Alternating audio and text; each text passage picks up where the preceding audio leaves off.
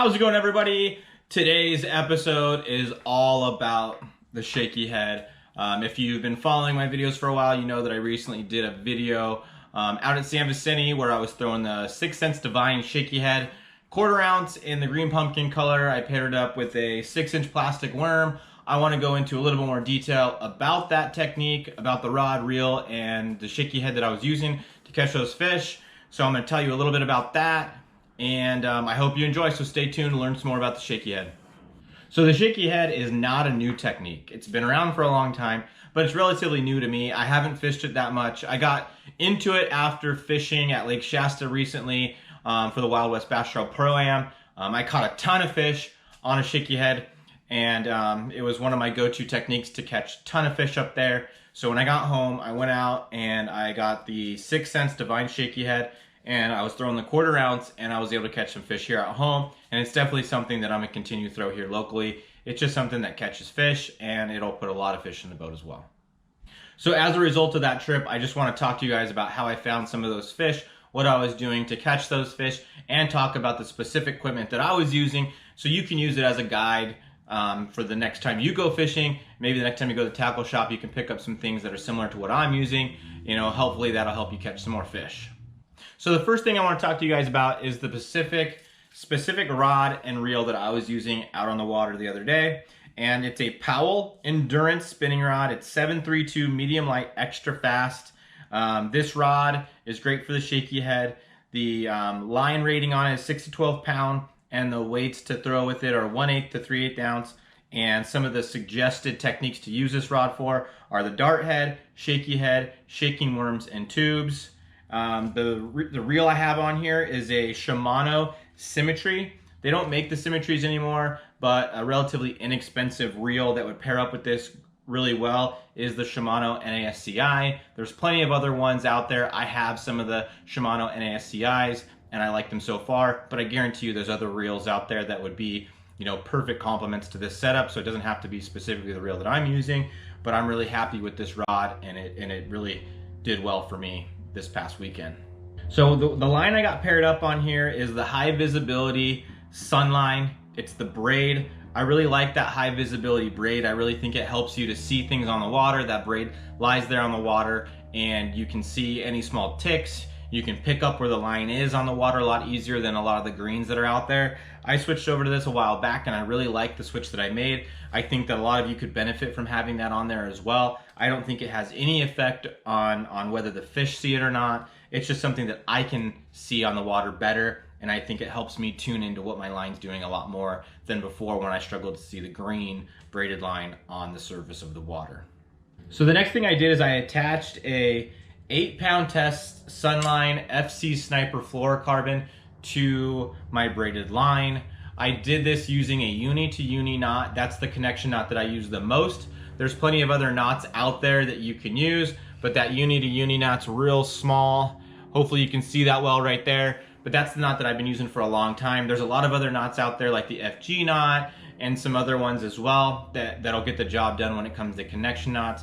But it was 8-pound test Sunline Fluorocarbon that I was using, and it held up to the trees that San Vicente has, and it definitely got those fish in the boat. So I really think the 8-pound test was key. Normally I would have thrown 6-pound tests in a situation like this, but I'm glad I literally only threw the 8 because I didn't have 6 with me, so I put the 8 on there. And I'm really happy with how the 8 was. It allowed me to really set the hook a lot harder than I probably would otherwise, and it really allowed me to get real good hook sets with the shaky head. And it's something that I'm probably going to continue to try, but I wouldn't be afraid to go down to that 6-pound test if the bite's tough or I'm just not getting as many bites as I think I should. But if I can get away with that 8-pound test is definitely going to be a go-to size for me. So the next thing I want to talk to you about is the specific shaky head I was throwing. It was the Sense Divine Shakey Head in a green pumpkin color. Hopefully you can see that real good right there. I really like this shaky head. It really performed well for me, and it's definitely going to be something I'm going to keep throwing in the future. So I really like this shaky head. Again, it's the Sense Divine Shakey Head. This is a 1/4 ounce. This is what the shaky head looks like. Hopefully you can get a good idea of what it looks like right there. I really like the screw lock on it. I think that screw lock really pins that plastic in there. I also like that wide gap hook right there. The hookup ratios were really good. In that video that I did Fishing this at San Vicente, there's a couple shots where you can really see this hook deep in there. Those fish weren't going to go anywhere. So I really like that about this shaky head. I'm definitely going to be fishing it again in the future, and I think you can pair it up with a number of different plastics with that green pumpkin head. So in addition to this green pumpkin color, Sixth Sense offers the shaky head in a black color. I think either that green pumpkin or that black's going to complement whatever plastic you decide to pair up on your shaky head really well. It's going to make it look, natural, and it's going to have a good look in the water. So I really think there would have been a number of plastics that I could have, used with this shaky head to produce results. I don't think it was anything special about the specific worm that I was using. I think you could have used, a number of different, plastics out there to get the job done and catch those same fish. But you just want to keep it, in colors that are going to complement where you're fishing.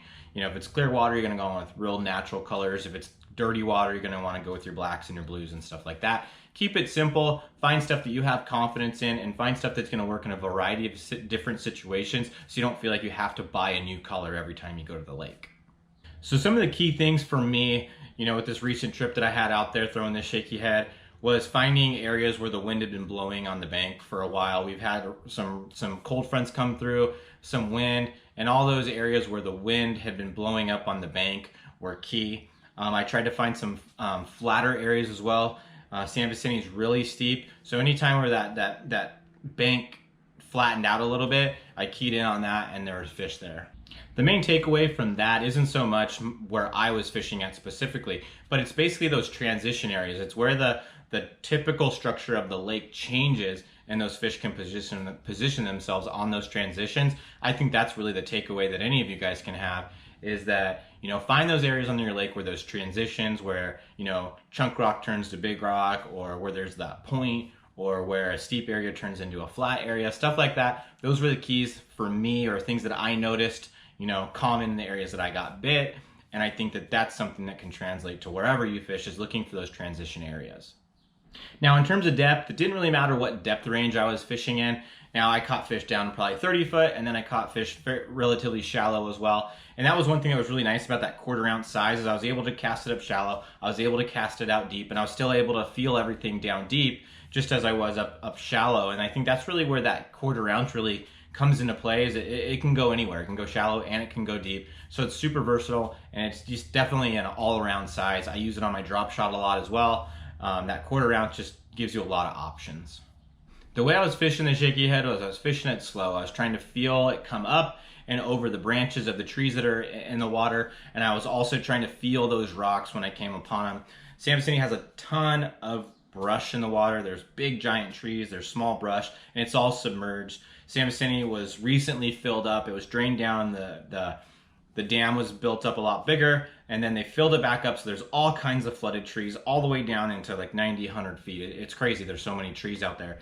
But when I could find those rocks, because that's something I was looking for on my electronics, I drive around, try to find those rockier areas. Not like one rock, but the more rocks I could find, the better. And it separated those trees, I think, and I think that's why those fish were there. But I still caught fish in those trees at times. Different areas had more trees than others, and you just bring it over those tree limbs. You have to fish it real slow or else you get hung up. But if you fished it real slow, it'd come up and over and then drop back down. And if I needed to, I'd let more line out so it could get down all the way to the bottom. And I just kept doing that, and I'd pick a fish off here, pick a fish off there. It wasn't wide open fishing by any means, but it was something that I was able to key into. I was able to keep making consistent casts and consistent, areas that seemed like they would produce, and I was able to pick off a few fish in a fairly short period of time. So I did throw other baits that day out on the water. It was a 6 Sense jerk bait and a 6 Sense crake bait. There wasn't much wind out there the day that I was fishing, and I really think that was a major factor in why those baits didn't produce. A lot of times with crankbaits, or a lot of times with jerk baits, you want that wind or low light conditions, and I didn't get to the lake until around 9:30, or start fishing until around 9:30, and by then the sun was real high already and there wasn't any wind, so I didn't even fish those baits too long. So I want to be clear that today's video was not about me trying to brag that I caught some fish at a recent fishing trip. It was to highlight the gear that I was using. It was to give you insight into what I'm using, how I caught my fish, so that way you can use it as a guide for the next time you go to the shop. You can buy something comparable or the same things that I was using, and you can go to the lake and try them out and hopefully catch fish on your body of water. It had nothing to do with me bragging or anything like that, because I didn't, jack them up. It was just a solid day on the water. I had a good time. I wanted to share this information with you. Hopefully it'll help you catch some more fish. Hopefully it'll highlight some products that I'm using so that way you can, like I said, use it as a guide, go out, buy some comparable stuff or the same stuff. Obviously, if you have any questions, feel free to comment on this video, any of your questions, or contact me directly. I have no problem with that. You can email me or reach out to me on social media, whether it's Instagram, Facebook, whatever. That's no problem at all. I encourage you to do that. I encourage you to comment on this video. If this video is helpful for you, go ahead and share it. If you haven't subscribed to my channel, I'd love it if you did, and hit that bell for notifications so that way you don't miss out on any more content that I put out. I really thank everyone for their support so far, and I got a lot more to come, and I'm excited to get it going, and I hope that this video and all my other stuff provides you value or at least some entertainment.